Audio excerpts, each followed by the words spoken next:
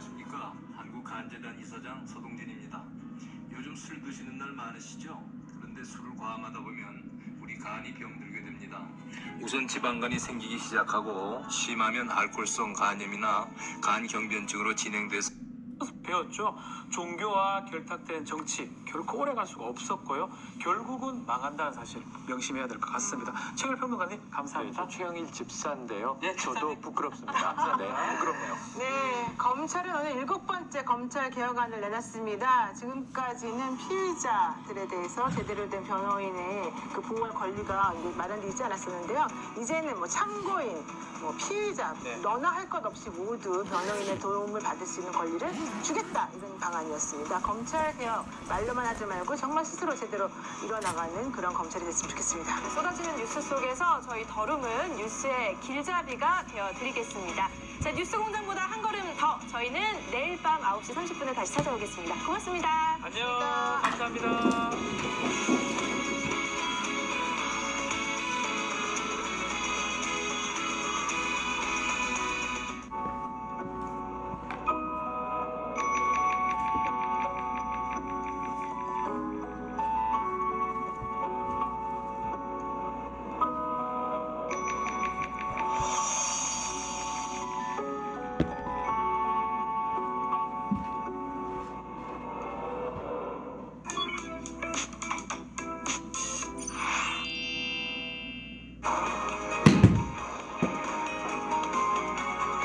이어서 김어준의 뉴스공장 1부가 방송됩니다.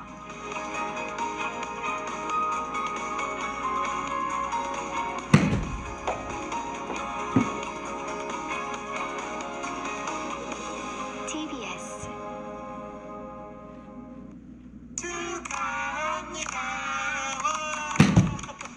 아버님 생신 축하드려요. 그래 고맙다. 근데 이게 다니?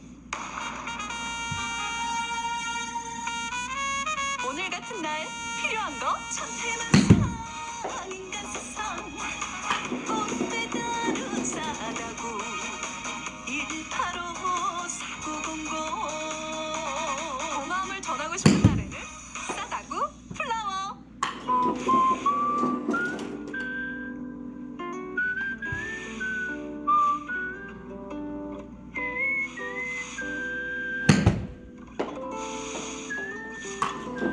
TBS.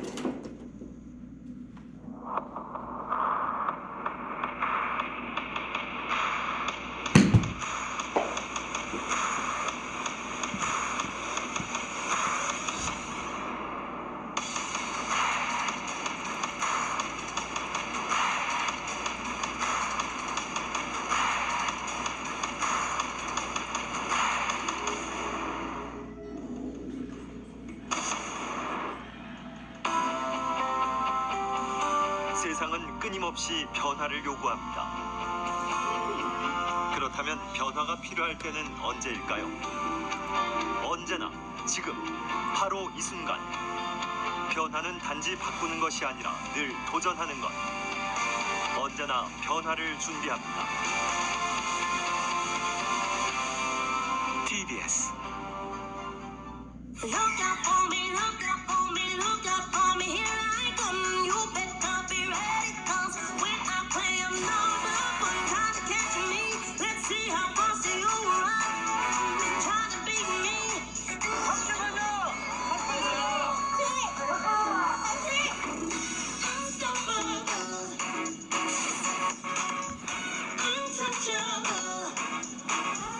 언제까지 이러고 있어야 되나. 나도 소통하니까 분노가 너무 차네.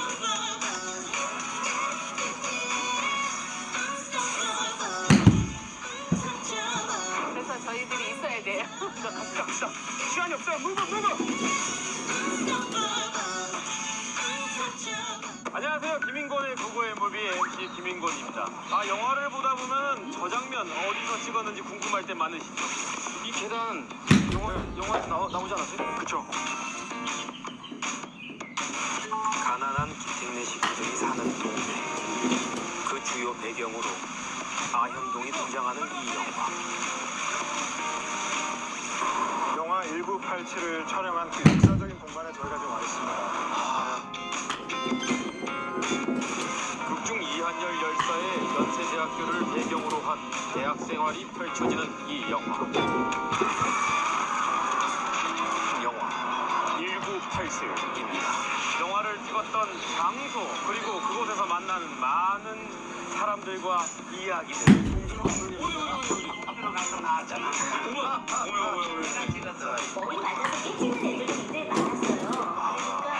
바로 고고의 무비에서 확인하시죠. 고고 앱 무비.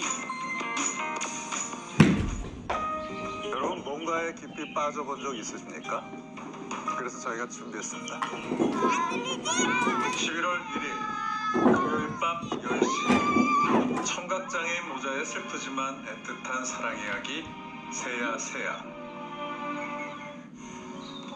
11월 2일 토요일 밤 10시 10분 사랑이 변해가는 세 가지 시선을 다룬 드라마 나의 피투성이 연인. 소설보다 더 재밌다. 더 TV문학관 빠져보시죠. 13년 만에 다시 우리 무대를 하시네요.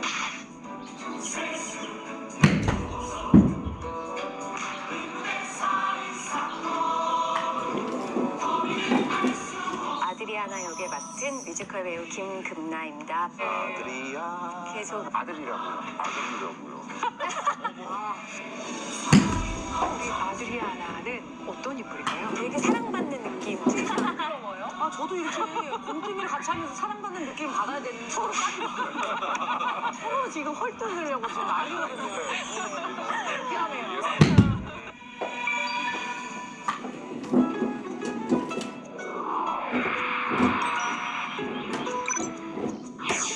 10월 29일 무슨 날인지 아세요?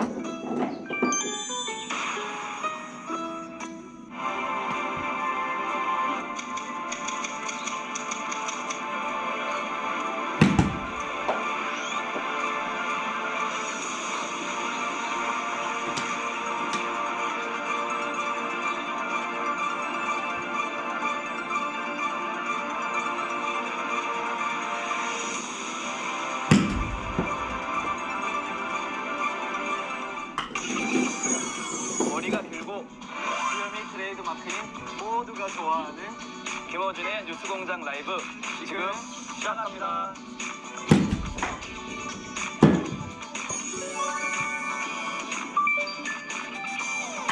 TBS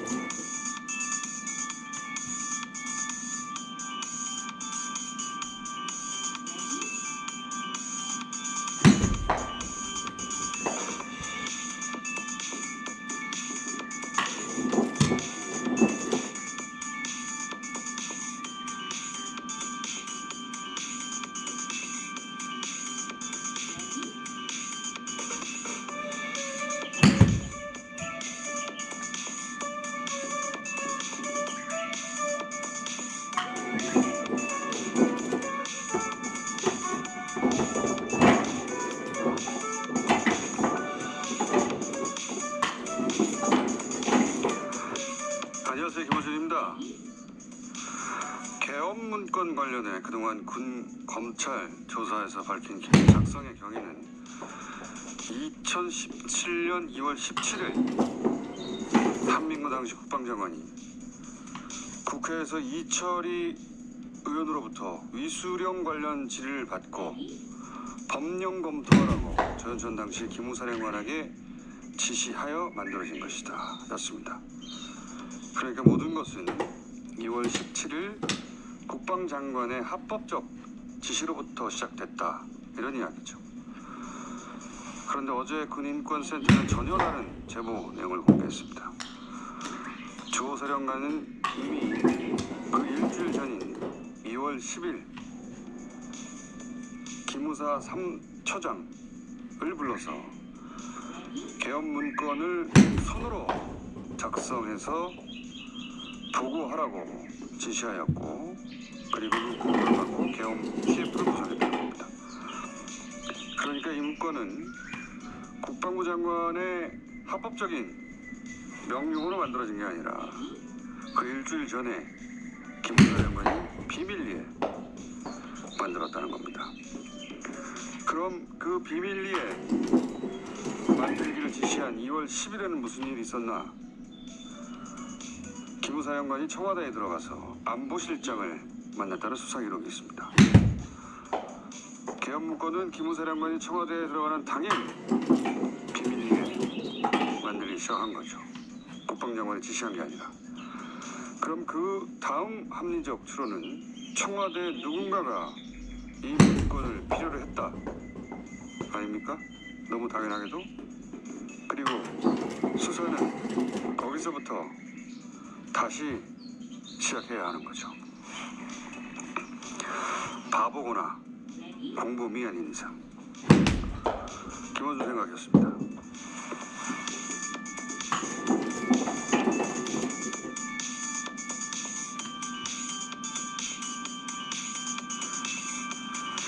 TBS의 류밀희입니다. 예, 어제 워낙 많은 일들이 있어가지고 많은 뉴스 속에 이 군인권센터에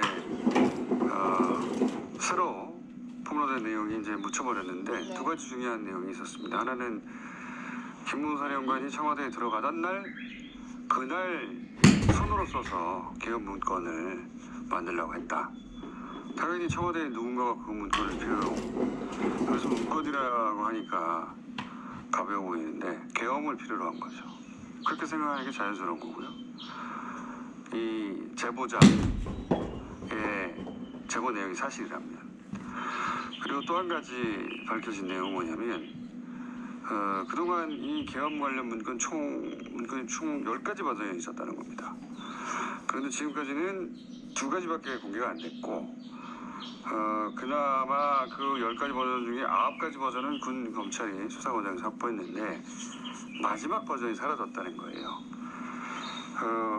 지금까지 공개된 문건만으로도 충격적인데 맨 마지막 문건이 아예 사라졌다는 건 거기 뭐가 있었을까 생각하게 만드는 거죠. 예. 이 사안은 잠시 후에 군 법무관 출신 김정민 변호사 다시 한번 짚어보겠습니다. 자세히. 자, 첫 번째 뉴스는 뭡니까? 네, 문재인 대통령의 모친 강한옥 여사가 어제 저녁 7시쯤 향년 92세로 별세했습니다. 현직 대통령의 모친상은 처음 있는 일인데요. 장례는 가족장으로 사흘간 치러집니다.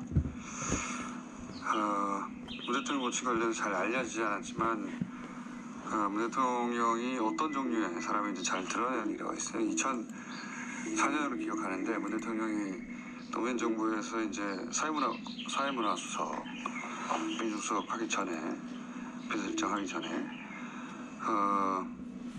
그게 그해 남북 이산가족 단체 상무가 있었습니다. 근데 이제 잘 알려졌다시피 이제 피난민 출신이잖아요. 네. 예. 모친의 여동생, 문 대통령 이모죠. 만나기 위해서 그 단체 상봉에 신청을 하는데 청와대 수석이면 사실 청와대에서 통일부 얘기해서 하면 될 텐데 개인 자격을 신청을 해요. 그래서 계속 떨어져가지고 결국 나중에 추첨으로 간신히 뽑혀서 그 자리에 가거든요. 문 대통령이 어떤 사람인지 드러낸 일화죠. 예. 수석일 때도 그냥 개인 자격으로 신청해서. 그리고 이제 그렇게 해서 이모를 만나게 해드린 게 평소에 가장 큰 효도라고 했었었고, 나중에 남북 문제가 해결돼서 한반도 문제가 해결돼서 그 모친의 고향 집에 가게 해드리는 게 남아있는 효도라고 하셨는데 모친 생전에는 이 한반도 문제가 거기까지 가지를 못했어요. 예. 더구나 또 하필 어제가 북한이 금강산 관련해서 실무를 하자고 하는 우리 제안을 거절하고 그냥 문서로 하자고. 네, 맞습니다. 예. 북한은 그러니까 이게 단순히 시설 문제 때문에 그런 게 아니고 시설이 실제 낙후된 건 사실입니다. 최근에 공개됐지만 아주 낙후됐더군요. 근데 이제 그게 아니라 올해 6달밖에 남지 않았는데 뭔가 본질적인 변화 요구하는 거죠. 예. 시설을 거론했지만 본질적인 변화를 요구하는데 그게 실무적으로 해결할 수 없는 문제잖아요. 이건 정부 차원의 결심이 필요한 거니까 대통령 입장에서는 그 두 가지가 한 달 이루어졌다. 그러니까 모친의 별세도 그렇고 이 한반도 정세도 그렇고 어떤 모종의 결심을 할 계기가 되지 않을까 그런 생각을 하기도 합니다. 강화도 여사의 명복을 빕니다. 자, 다음 뉴스는요. 네, 스포츠 서울 주가 조작 사건에 관여한 윤준원 상상인 대표가 당시 브로커를 통해 가장 많은 이득을 챙겼음에도 검찰 조사를 받지 않았는데요. 어제 PD수첩에서 당시 브로커의 변호사가 검사 출신으로 현재 대검 형사부장인 조상준 검사와 24번 통화하거나 문자메시지를 주고받았다며 전현직 검사 유착에 대한 의혹을 제기했습니다.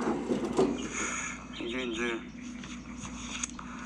최근 들어 가장 화제가 된 아마 시사 프로그램인 것 같은데 PD수첩 왜냐면 방영 금지 가처분에서 이기고 방영이 됐는데 더군다나 그 어제 PD수첩 팀장 이 MBC와의 인터뷰에서 코링크의 핵심도 뭐 익성이나 정경심 또는 뭐 조범동이 아니라 지금 거론된 유준원 씨다 대표다 이런 얘기를 해서 크게 관심을 모았어요. 예. 다시 보기로 꼭 봐둬야 할 만큼 완성도가 높은 편이었고 이게 이제 뉴스타파가 뉴스공장에도 출연했던 그 제보자 X라고 불리는 분과 오랜